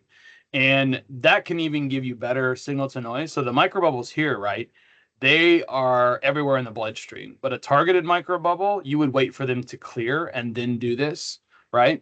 And you would have a better signal in your tumor compared to the rest of the tissue. So you could do it that way. You could also do it with like acoustic angiography, for instance, right? Or you could just do a straight NLC anatomical mode. I don't. You could do replenishment, but the data is going to be a little bit different depending on the properties of your microbubble, right? So if it's a microbubble, a true microbubble that's not going into the tissue, that's this, right? But Mhm. if your targeted bubble was a nanobubble, for instance, which can actually go into the tissue, then Right. these kinetics are different. That doesn't this method is different, right? We would, but if that's something, I'll say this: if that's something that you're interested in looking at, I can say so are we. So, but yeah, the targeted, you could do it that way. Another way to do this would also be understand the effect of the effect of the treatment or whatever on the vascularity, right? So the perfusion rates, things like that, with the ultrasound. But then use the IVUS to track the targeting efficacy of your drug or whatever it is Yeah, I mean, with I the think you probe. obviously would follow up with that kind of imaging afterwards, but it would be nice to know kind of like immediately for your, and if you expect to see the efficacy straight off the, Yeah, so that's just this is not a way something that of we have right now, that unless we yeah, take all the animals down. that's right. So this is a way of measuring the physiological effect of the treatment. But what you're talking about would be actually measuring the targeting efficiency. Like the So you could engagement, right? Yeah, and so you can use the same NLC or acoustic angiography mode if you have the right bubble, right? So we would Um, have to create that like nano bubble or something like ourselves, and yeah, then okay. yeah. You would, yeah. It's not something that we provide currently, but we could certainly work with you on that. So, yeah, Okay, thank you. yep. Any other questions about these applications or NLC as a whole? Be fun to look at it with you guys next week. All right. So the last thing we want to talk about is shear wave elastography. This is something that I know Ashley's group does a lot of, and we work with you guys a lot on this. The major one is actually liver disease. I put tissue stiffness up here because it doesn't have to be liver, kidney. It can be anything where there's a stiffness change, right? And so I know that um, some of us are looking at other stiff tissues, and there's certainly the application there. The primary one of use is liver disease. This comes from FibroScan, right, which is used in the clinic, and this is the way that people are diagnosed with liver fibrosis.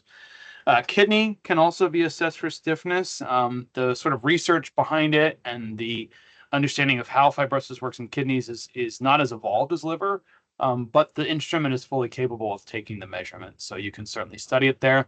And as I said, even younger is tumors. People are looking at stiffness of tumors as a physiological measurement of their health and maybe metastatic, potential metastatic progression. So how does sway work?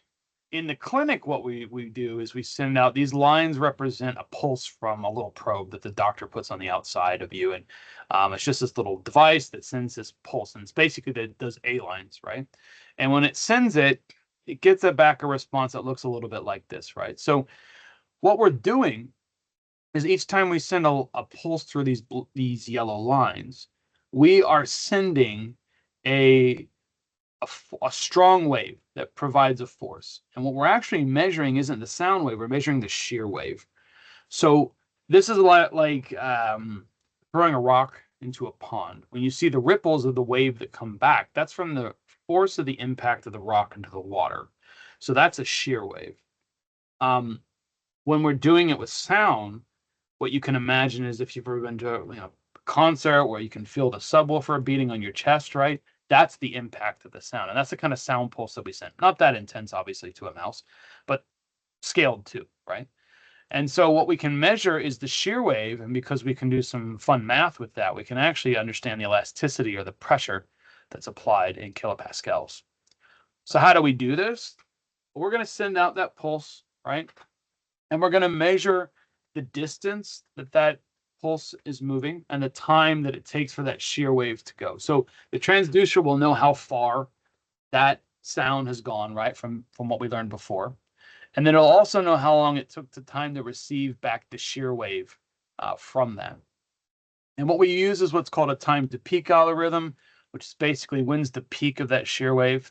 And we put a plot of the displacement of the tissue by the shear wave versus the time. So as the tissue is being hit by that sound, it is moving and then contracting and being displaced. It's being moved, right?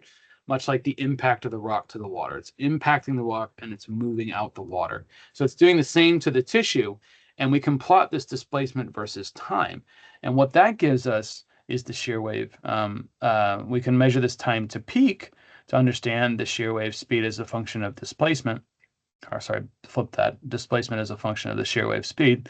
And we can get back out how fast basically that shear wave speed is moving through that particular tissue. So to rationalize this, what that means is if you have a piece of string and you have it very tight, that sound will travel very fast through that string, through that stiff material, right? If you have a looser string, that sound will travel slower through that string. So stiff tissue gives a very fast shear wave response, and loose tissue gives a very slow shear wave response. The raw unit of what we're calculating is shear wave speed, so meters per second. But we can relate this with assuming a density of all tissue as 1 or 1,000, whatever units you want to use. We can switch this to Young's modulus or Shear's modulus, and we can do this in the software. You don't have to do that math. You just pick a unit and it fixes it for you. So we can understand the stiffness of tissue in this way. So an example or a way to think about this, since I know a lot of us do liver here. Liver, normally it's dark, right? This is a healthy liver. And the two major things that are measured in liver are steatosis and fibrosis. So steatosis can be done as a change in B mode or brightness. So the fattier it gets, the brighter that changes. And so this is what the liver looks like when it gets steatotic over a course of disease. But we cannot measure the stiffness there. And this is a qualitative trend. It's not super quantitative. What the real measure of this disease, though, is how stiff that tissue is. And so what we can do with shear wave is, and we can do this in 2 dimensions, or as we'll see in a second, in 3 dimensions as well. We can overlay this on top of the B mode, and we can see that the liver is both steatotic and fibrotic, because we're measuring the steatosis with the B mode and the fibrosis with this heat map. And what this heat map is basically blue, or the low blue signals, is very slow shear wave speeds, so healthier tissue. And that's what we see down here in the liver. It's a very loose, happy, healthy liver. But as the disease progresses, it becomes stiffer, and we start to see up in this region. And then as it progresses even further and further and further, we get much higher and higher and higher shear waves. These are from other tissues down here. Because we can also measure over a particular area or volume, we're getting much higher sampling and much better data reliability. So as I mentioned, just like everything, sway can be done by the multi-pass mode, right? And then we can also stitch together a 3D image, and you can do different 3D locations. You can do the whole liver, whatever you want, but your sampling rate is better. You can also understand different areas of your liver better. So maybe one area has got a higher degree of fibrosis than another. Now you can understand that. And of course, when you come to do the segmentation, you can segment however you wish. Any questions on how sway works?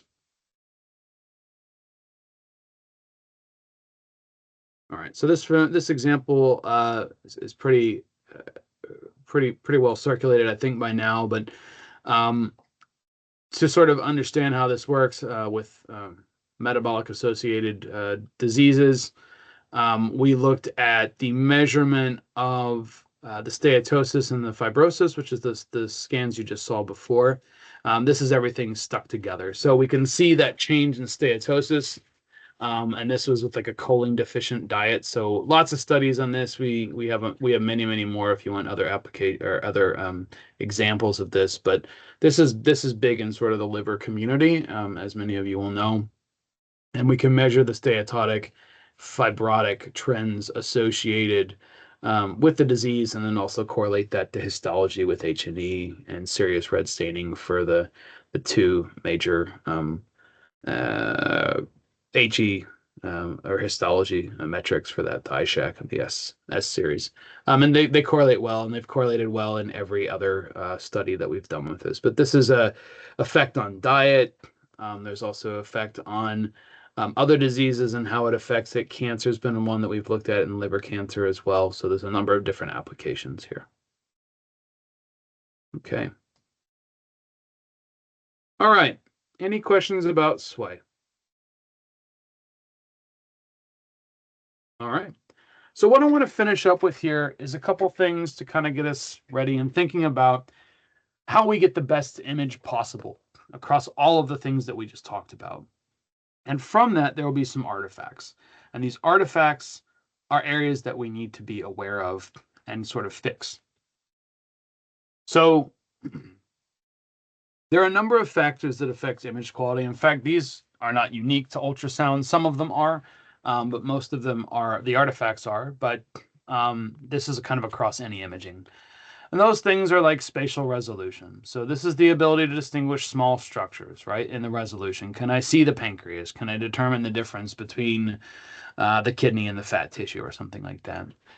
Contrast resolution is the ability to understand the tones between it, the contrast to noise ratio. So where is my actual boundary of my organ compared to the soft tissue, right? We looked at ways to enhance that with other techniques other than just B mode, but it's basically the contrast of the signal to noise that we're concerned with there.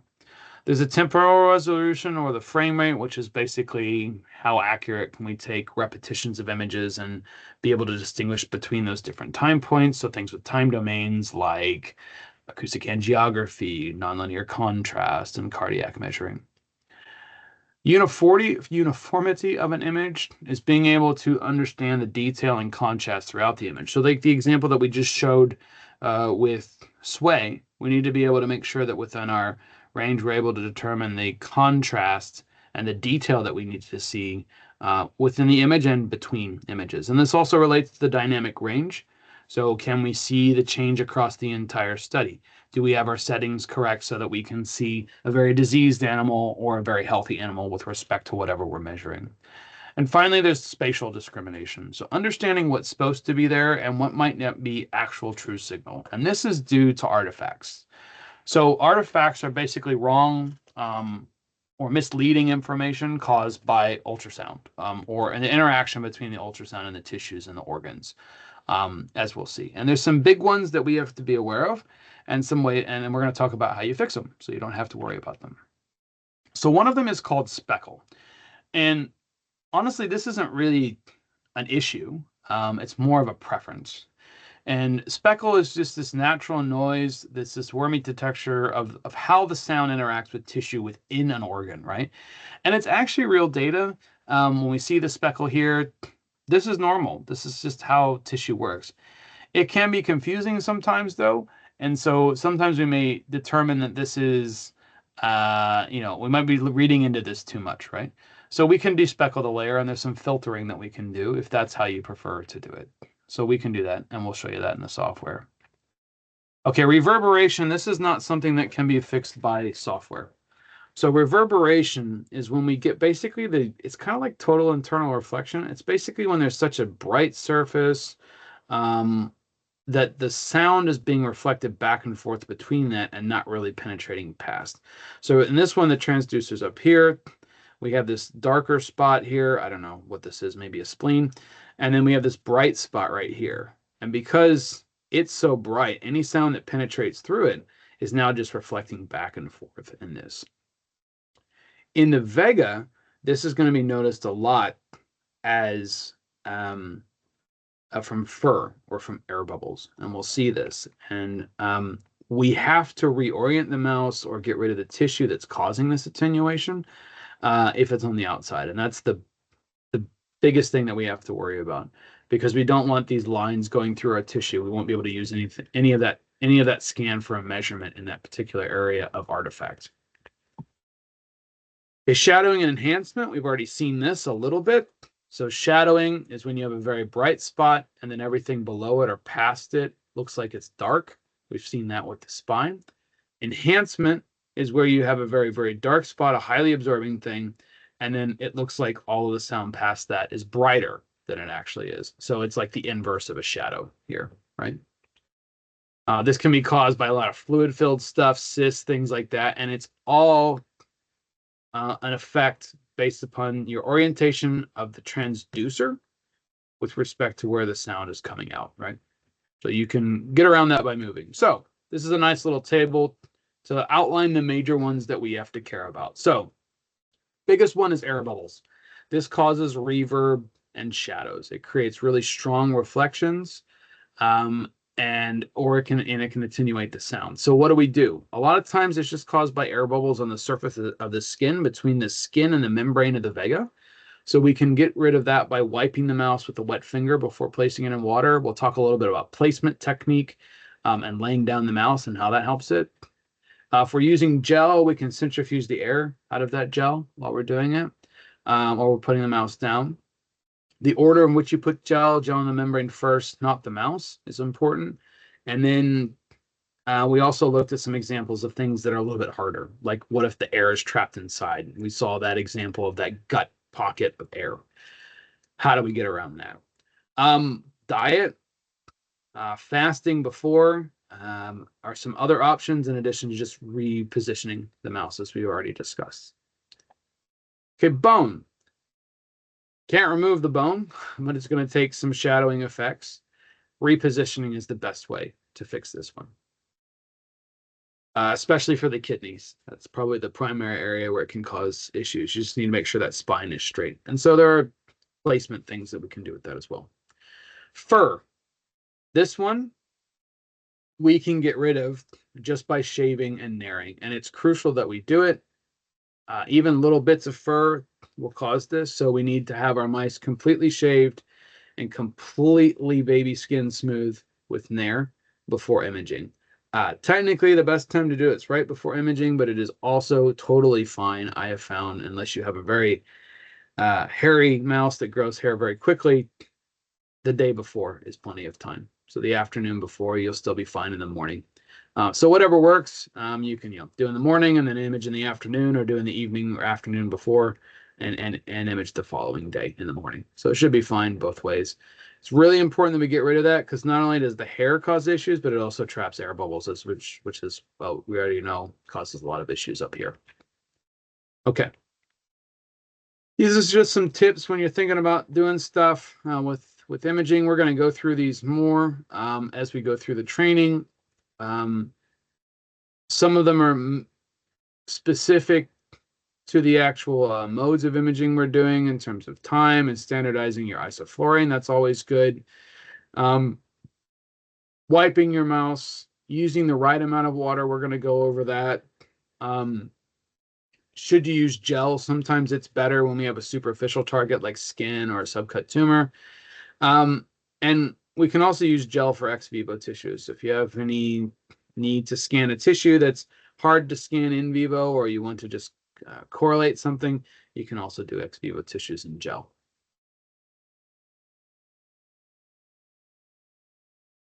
And that's it. Any questions?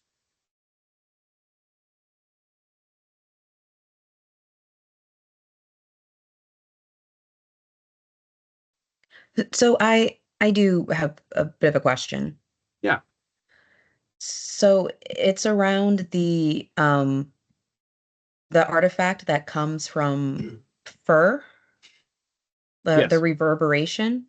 I'm just trying to think conceptually, how does that work? How is it you have this really bright spot, so it's this thing that's really reflecting a lot of the sound.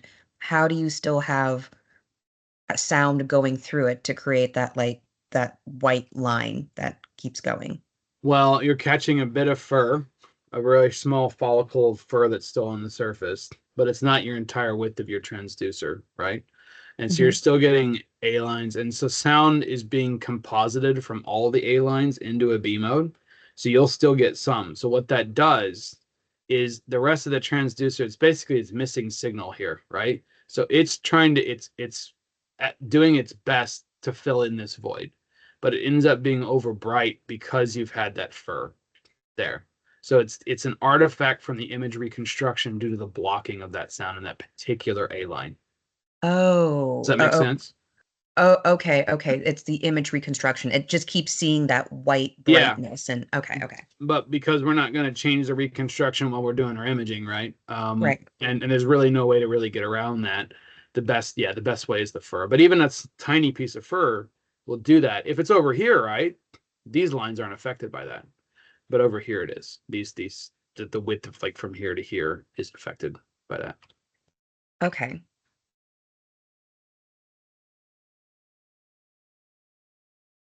Good question. Anything else? Dak, I have one logistical one for you. Yeah. Um, to not delay our training, should we be narrowing mice the day before, or would you rather just do it with us?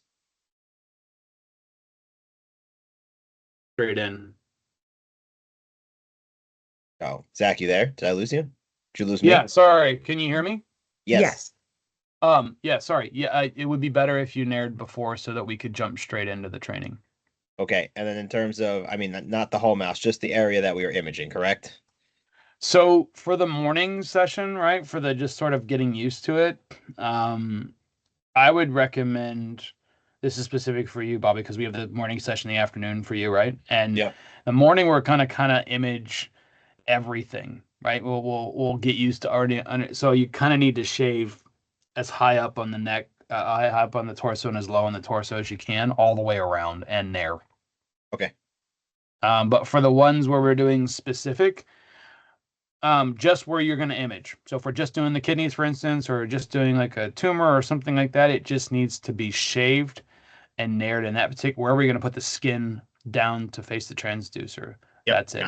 And we can always tweak that, I guess, if we need to. My only hint there is just shave a bit higher than you think you need to, because sometimes you end up having to move the trans. It gives you a little bit more wiggle room when you're setting up your image. Okay, Yeah. cool. I had one more question for you because the mice that we are going to do obviously have an implantation in them. Do you want a normal mouse for the initial training? Yes, please. So yeah, a couple will rotate through. So whatever you think is appropriate for your ethics, but enough to kind of let everybody have a chance. The first bit for us will just be everybody putting them out and looking at a mouse, trying to navigate, understand, try to find an organ, get comfortable with how the system works. So whatever, usually I recommend sort of like at least 3 to 5, somewhere in that range, so that we can switch out the mice. And then, yeah, sorry for the afternoon session, as many as I guess you think is appropriate.